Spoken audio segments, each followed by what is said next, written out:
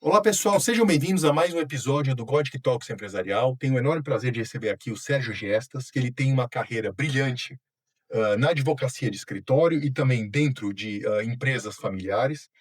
Ele é um advogado tributarista de formação, trabalhou no BMA Advogados e, além de ser pós-graduado em Direito Tributário, ele, há mais de 10 anos, ele chefia todo o departamento jurídico da Ejoaço Holding, que é a antiga Votorantim Participações. Então, pelo nome, vocês já conseguem perceber a importância que esse grupo empresarial tem.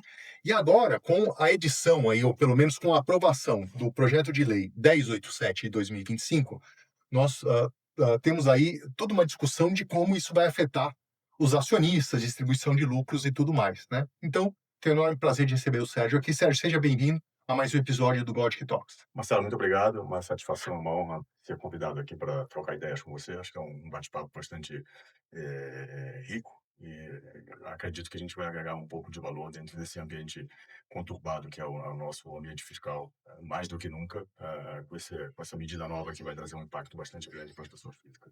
E talvez hoje esse seja o assunto mais quente da pauta empresarial hoje, né? Justamente qual o efeito que vai ter, né? Bom, antes da gente começar, eu queria pedir que vocês nos seguissem nas redes sociais, que vocês dessem um like no episódio também, agradeço muito. Mas, Sérgio, vamos começar aqui, né, como o próprio nome diz, pelo começo, né? Uhum.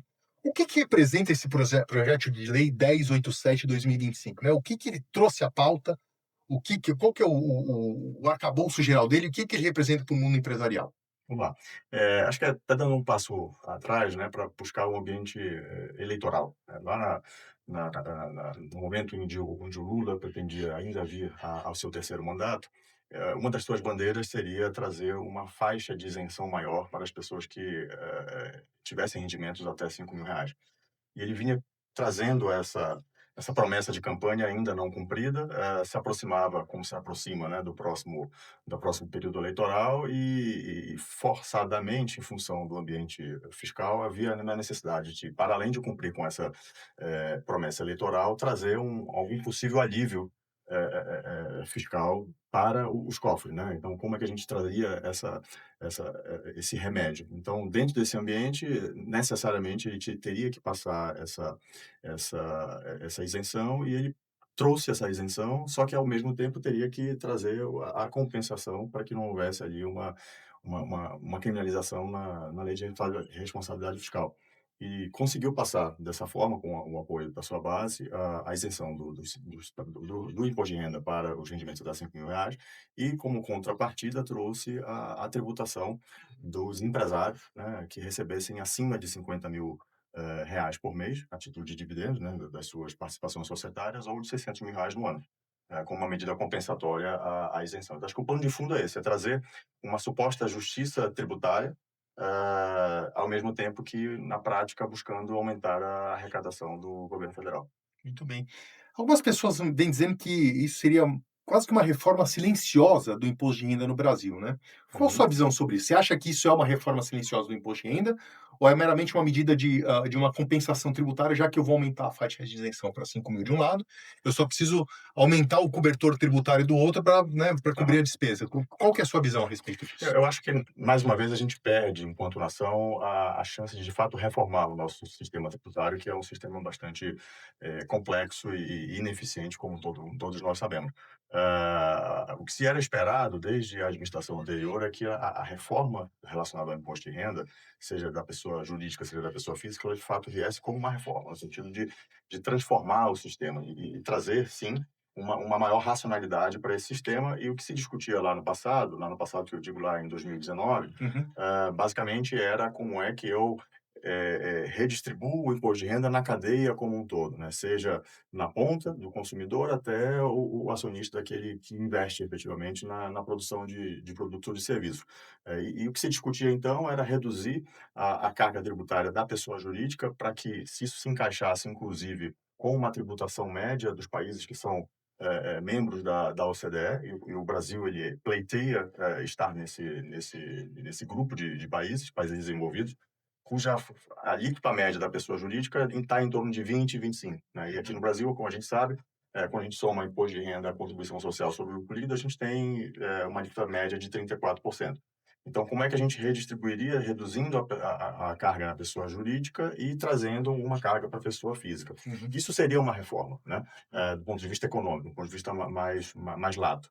O que a gente teve aqui, na verdade, é uma medida, a meu ver, uma medida muito mais, casuística, e muito focada na questão arrecadatória, muito pouco preocupada com reforma, na verdade zero preocupação com a reforma, e que traz, na prática, uma tributação adicional para um determinado grupo de pessoas.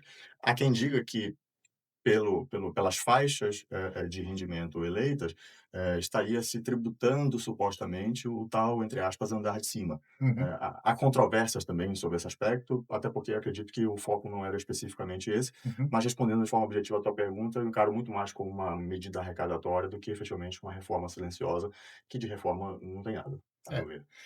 É, e na verdade, quando a gente tributa a pessoa que tem a sua renda em boa parte, vinda da distribuição de dividendos, o resultado disso é que a gente vai, de uma maneira ou de outra, mitigar o próprio investimento no Brasil, né, porque essa pessoa, ela raramente gasta tudo que ela tira como dividendos, né, por mais que ela esteja no andar de cima, vamos assim dizer. Ela acaba reinvestindo boa parte do seu dinheiro, né. Infelizmente, a gente sabe que um dinheiro que iria, ser incrementado na atividade produtiva, ele vai ser redirecionado para o consumo. E, logicamente, a gente precisa ter um equilíbrio na economia, precisa gastar um pouco no consumo, mas precisa gastar também no investimento. Infelizmente, quando a gente não gasta no investimento, a gente mitiga, a gente reduz a possibilidade de crescimento econômico futuro, né? A gente gasta hoje e vai gastar menos no futuro. Infelizmente, é isso que vai acontecer, né? Bom, mas vamos entrar agora efetivamente no assunto dessa tributação que está se falando aí que vai ter um patamar mínimo de 10%, né, Uhum. para a pessoa que recebe dividendos acima de 50 mil por mês ou 600 mil por ano, né? Você acha que, de fato, a gente vai passar a ter um piso de tributação que seria equivalente aí a 10% para todo mundo, ou tem um pouco de falácia? Você consegue esmiuçar um pouco isso? Porque isso é muito o que vem se ventilando na mídia. Mas explica um pouco melhor, Sérgio, como que isso vem sendo tratado no próprio projeto de lei. Vamos lá, eu acho que quando a gente escuta, né, quando a gente fala sobre o tema ou lê sobre o tema nos jornais, talvez a primeira impressão é que a gente está trazendo necessariamente uma tributação de 10%. Quando a gente vai no detalhe, como é que isso de fato vai se operacionalizar, primeiro a gente tem que entender para quem que a gente está falando, né? A gente não está falando para todos os brasileiros, a gente está falando para os brasileiros que são sócios de empresas e que recebem, seja mensalmente, seja anualmente, um determinado valor. Então, por si só, a gente já exclui todos os brasileiros que são assalariados ou que são, cujos rendimentos vêm dos seus registros como seletistas, ou mesmo aqueles que, em sendo empreendedores, empreendedores formais, eles recebem abaixo desse teto de 50 ou 600 mil ano.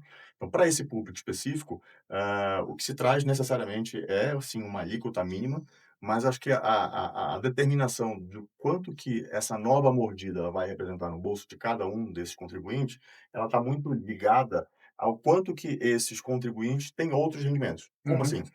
Para aqueles contribuintes cujo rendimento, eles vêm exclusivamente dos dividendos dessa sociedade, assim a gente vai ter efetivamente uma alíquota mínima de 10%, né, ou uma mordida de 10% que não vai ter qualquer tipo de restrição. uhum, Mas para aqueles, contribuintes que eventualmente tenham outras fontes de rendimento, sejam aplicações financeiras, sejam rendimentos vindo de aluguel ou quaisquer outros investimentos, que geram rendimentos, tributáveis, a mecânica do quanto que de fato vai ser a mordida nova, ela implica em entender que todos os seus rendimentos uhum, tributáveis, você faz uma regra de 3 para entender que no limite dos seus rendimentos totais tributáveis, quanto que efetivamente você, tem de uma alíquota mínima.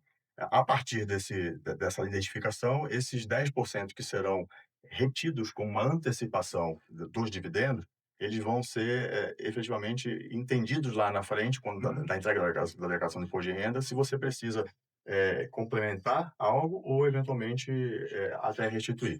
Para aqueles, contribuintes que têm uma grande parte dos seus rendimentos vindo de outras fontes, possivelmente vai até ter uma restrição. E acho que o comparação aqui entre aspas, com o mundo que nós já presenciamos em outras situações, é se você pega um empregado seletista. uhum, O empregado seletista, quando ele recebe, ele já recebe o seu salário com o imposto de renda retido na fonte. Então, a empresa pagadora, ela retém aquele valor, os 27,5, e ao final do período, ou seja, no ano seguinte, quando a pessoa física precisa entregar a sua declaração de imposto de renda, ela consegue fazer deduções, por exemplo, deduções de despesas médicas, Uhum, deduções de despesas escolares e outras deduções possíveis para reduzir essa base de cálculo de forma que a alíquota efetiva acaba sendo inferior. E uhum, comparando, ou mal comparando, o empresário que vai estar sujeito a essa nova regra com um empregado seletista, você acaba tendo uma alíquota média ainda assim bastante diferente, né? uhum, Onde, de um lado, você vai ter uma alíquota mínima de 10%, que pode ser maior, eventualmente, a uhum. depender da composição dos seus rendimentos, mas, por outro lado, quando você olha para um trabalhador sob o regime da CLT, acredito que, a depender dos casos, a alíquota média vai variar ali em torno de 25%, Uhum, 23%. Então, a gente, por essa ótica, talvez há quem diga que a gente alcança ali um pouco de uma certa justiça tributária. certo. Vou puxar um gancho daquilo que você falou. Você falou de despesas médicas e outras despesas similares, né? A gente sabe que tem muito brasileiro que consegue deduzir da base de cálculo do imposto de renda da pessoa física, né, essas despesas com saúde, com educação, etc., né? Previdência também, né? Com um imposto mínimo de 10%, você acha que essas estratégias são tradicionais para o brasileiro típico? Elas vão perder um pouco de força? Como que isso vai ser tratado a partir de agora e como que os brasileiros podem se precaver? Eu acredito que, dentro dessa nova dinâmica que estarão sujeitos os brasileiros que efetivamente passarão a estar sob essa nova regra, talvez essas estratégias, que na prática são benesses que a própria legislação já confere o direito ao contribuinte, elas serão mais do que nunca, eu diria que, utilizáveis e com uma lupa um pouco maior, seja do próprio contribuinte, que vai querer utilizar mais do que nunca para efetivamente reduzir a base de cálculo, seja da própria Receita que a cada ano que passa estabelece e cria novos mecanismos e novos sistemas para de fato validar se as tais despesas elas são dedutíveis ou não, se elas são reais ou não, se elas são legítimas ou não. Mas me parece que cada vez mais brasileiros estarão olhando com mais carinho para a utilização dessas despesas como uma forma de deduzir o imposto de renda a pagar. Claro que pode representar uma economia tributária substancial para as pessoas também, né? Exatamente. Muito bem.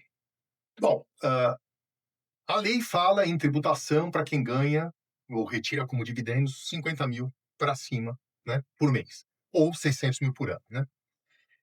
Na prática, isso vai pegar quem de verdade? Porque a gente talvez tenha uma pessoa que tire 50 mil e talvez tenha uma pessoa que tire muito mais que 50 mil, mas em que ponto essa pessoa vai ser afetada de verdade?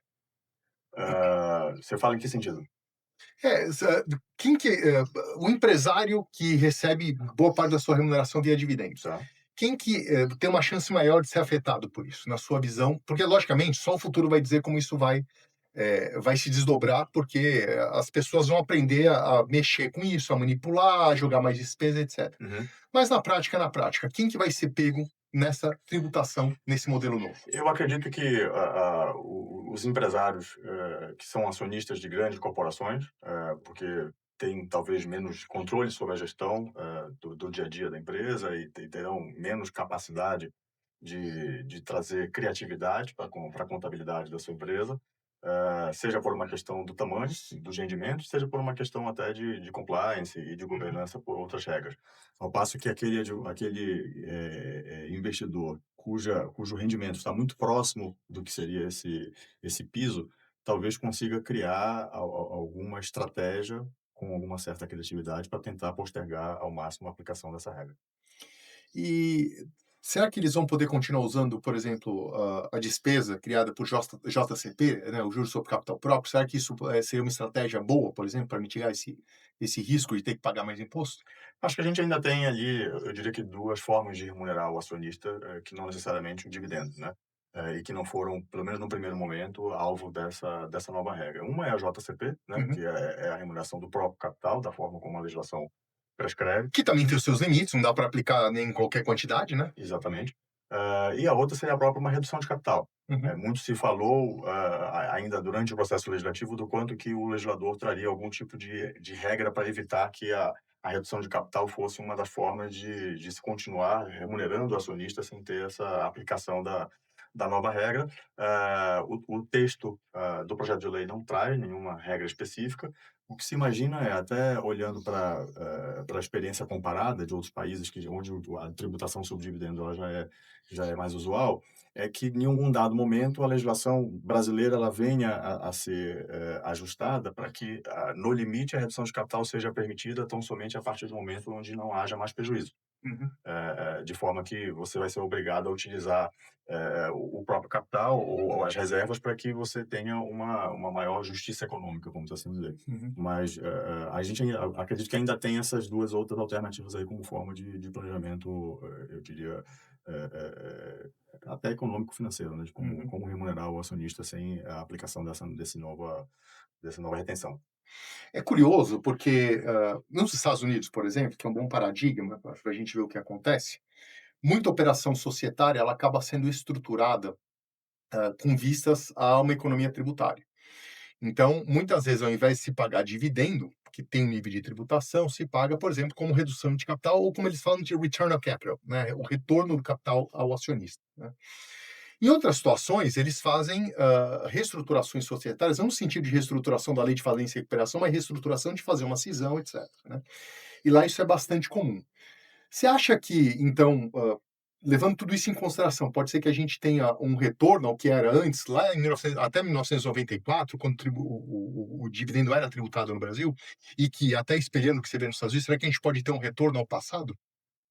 Eu acredito que é bem provável, né, e o brasileiro, ao contrário ou parecido com os Estados Unidos, mas talvez até mais estimulado em função da nossa complexidade legislativa, é bem mais criativo. Então acho que, possivelmente a gente vai começar a rever algumas estratégias que eram utilizadas no passado e que já são utilizadas em outras jurisdições, para que se escape de alguma forma dessa nova forma de buscar uma tributação do rendimento. Ou seja, a gente vai ter que encontrar um caminho para navegar dentro da legalidade, né? Com as soluções, por exemplo, que vão voltar a ser um pouco para chegar ao resultado tributário esperado, que estão dentro por exemplo, das normas societárias, né? Sim. E para além disso, o brasileiro sempre foi muito criativo, sobre esse tema, né, de tentar diminuir a sanha fiscal, e de alguma forma já atuava a haver uma certa confusão patrimonial entre o que seria o patrimônio da pessoa jurídica e o patrimônio da pessoa física, muitas das vezes não fluindo o capital para a pessoa física, para que a pessoa Uhum, jurídica efetivamente comprasse os bens, como a casa onde mora, uhum, os carros, outros bens, e isso eu acho que é algo que talvez possa voltar. Há um remédio na legislação, né, chamado uhum, que é o que seria o DDL, né, uhum. que é para evitar a distribuição disfarçada de lucro, DDL, daí o acrônimo, e acredito que esse vai passar a ser um tema mais recorrente, que foi um tema adormecido mesmo nas Uhum. discussões acadêmicas ou em tribunais administrativos e judiciais, que certamente vai voltar agora com as novas regras. Pois é, só que para poder fazer essa verificação em loco, a Receita Federal vai ter que ter muito mais gente que ela não tem, né? A gente sabe que a Receita Federal ela tem um déficit de pessoal que é bastante grande, eles vão ter uma dificuldade de fiscalizar isso, né? Sim.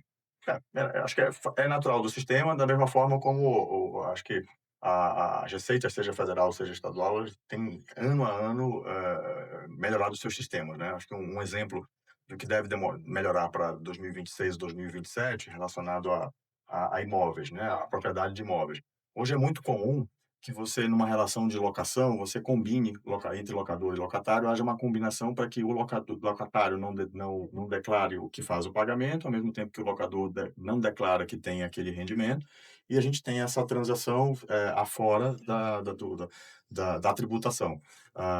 Agora haverá um novo sistema onde a própria Receita, com base nas informações que virão dos cartórios, ela vai já, especialmente para aqueles que elegem a declaração pré-preenchida, ela já vai trazer um número do qual você está Uhum, vinculado a um determinado imóvel. E você vai precisar dizer se aquele imóvel você mora ou você aluga. uhum, Então, se é um imóvel que você tem a propriedade, mas você não mora nele, você vai precisar determinar quem é que mora nele e uhum, qual que é o CPF. E isso vai acabar vinculando locador e locatários, uhum, e na prática esse hábito brasileiro, que é bastante usual no Brasil inteiro, é um hábito que deve terminar e está com os dias contados. Então, É, é mais um exemplo de que, muito embora não haja recursos humanos para que se faça uma fiscalização efetiva, os sistemas informatizados estão cada vez mais desenvolvidos, e com a inteligência artificial isso tende a ser acelerado ainda mais, né? é verdade. Agora, para a gente encerrar o episódio, Sérgio, eu queria que você comentasse algo que extrapola até o direito brasileiro, mas o ministro da Fazenda, Fernando Haddad, ele fala assim, poxa, mas em outros países a tributação de dividendo é um negócio natural. Ele até fez um paralelo com, por exemplo, o sistema americano, né? Ele falou, olha, nos Estados Unidos você tributa dividendo em um nível relativamente elevado. Sim, isso é verdade. Só que nos Estados Unidos, só tem uma forma societária que sofre dois níveis de tributação, que é a tal da corporation. E é a C Corporation, a corporação C, vamos assim dizer, porque tem a S de Small Business, Uhum. que ela não sofre tributação, assim como a LLC, que é a Sociedade Limitada Americana, e os vários tipos de partnership, ou seja, todos os veículos, com exceção da C Corporation, eles são conduítes de dinheiro onde não para, e o dinheiro não para e onde ele não é tributado. Aqui na prática, a gente vai voltar a ter um duplo nível de tributação, só que é uma tributação dupla no sentido econômico e não no sentido jurídico, porque pessoa jurídica é uma coisa e o sócio é outra, né? O governo deveria ter levado em consideração o fato, né, de aqui a gente vai passar a tributar dividendo, mas que a sociedade deveria passar a ser tributada num nível menor também? Eu acho que essa talvez seja mais uma justificativa ou mais uma explicação para a afirmação de que a gente não tem uma reforma, não houve um pensamento estratégico, nem houve um planejamento sobre quais mudanças aqui a gente deveria trazer para o nosso sistema. Naturalmente, e notadamente, é uma medida arrecadatória que não tem encontra um paralelo, porque não se preocupou-se com isso, Sim, né? Então, eu acho que não houve uma preocupação em, comparadamente, trazer o que seria o ambiente tributário dos Estados Unidos para se aplicar no Brasil. Foi então somente uma medida, e é somente uma medida arrecadatória sem esse viés. É possível arguir que, na prática, lá você tem uma tributação maior que aqui? Acho que quando você olha sempre com um viés muito simplista, você acaba com a chance grande de terminar com uma conclusão errada. Então lá, se você faz essa comparação, você esquece também que você tem lá a possibilidade de ter uma compensação com despesas de forma quase que restrita, diferente que aqui no Brasil. A nossa legislação traz uma série de amarras e de definições sobre o que é dedutível ou não da base de cálculo do imposto de renda. Então, no limite, ainda que você tenha uma alíquota muito maior, por ser potencialmente maior, você tem uma base de cálculo muito muito menor, menor. ao passo que no Brasil não, na partir do Brasil você acaba tendo uma base de cálculo muito maior e ainda hoje uma alíquota também muito maior, né? Pois é. Então, o que hoje no limite ela ainda é 34% e não se fala em uma reforma efetiva sobre o sistema de forma a baixar essa alíquota corporativa. Então, a comparação realmente com os Estados Unidos, ela, dado que não houve uma comparação no planejamento, também não há como dizer que a gente está caminhando para esse sistema supostamente mais justo. Pois é. Basicamente, nos Estados Unidos, se eu tiver uma despesa que ela tem qualquer tipo de relação com o negócio, ela pode ser colocada como deduzível e ela realmente diminui sobremaneira a base de cálculo do imposto de renda, né. Então, enfim, então o sistema lá é muito mais economicamente eficiente e fomenta muito mais o empreendedorismo e a geração de emprego, conforto econômico das famílias, etcétera. Além de ser mais simples de compreender e evitar que o empresário tenha despesa com o que não tem que ter, seria um departamento fiscal gigantesco, não é o que a gente vê aqui nas grandes empresas que precisam ter uma cautela e um investimento para não pagar errado, porque se pagar errado, paga duas vezes. Ao ponto desse, aí você está falando um negócio que é importantíssimo. Lá o sistema de cálculo, determinação da base de cálculo do imposto de renda, ele é tão mais simplificado que eles não precisam no regime presumido, como é o Simples Nacional, o regime do lucro presumido no Brasil. Eles não têm isso. Uhum, E eles não querem adotar porque não precisa. sim. Porque simplesmente fala, receita, despesa, sobrou, tributo, acabou. É um sistema que, se você parar para pensar, também parte da confiança, né? Acho que Parte da confiança. para além da questão estritamente positiva do que está escrito na lei, parte da premissa da boa-fé, da confiança de que o que você vai considerar como uma despesa dedutível é aquilo que de fato foi necessário para a empresa e não necessariamente aquilo que não é, e você aloca ali tão somente com essa intenção de diminuir a base tributável. Perfeito. Sérgio, muito obrigado aqui pelo nosso primeiro episódio que a gente vai gravar, né? Como o assunto não se encerrou, a gente vai voltar daqui a pouco para falar um pouco mais desse assunto, dessa mini reforma tributária, que não é uma verdadeira reforma, é simplesmente uma maneira de tributar mais o contribuinte brasileiro. E a gente volta daqui a pouco. Não esqueçam de deixar um like para a gente no episódio. Obrigado e até daqui a pouco.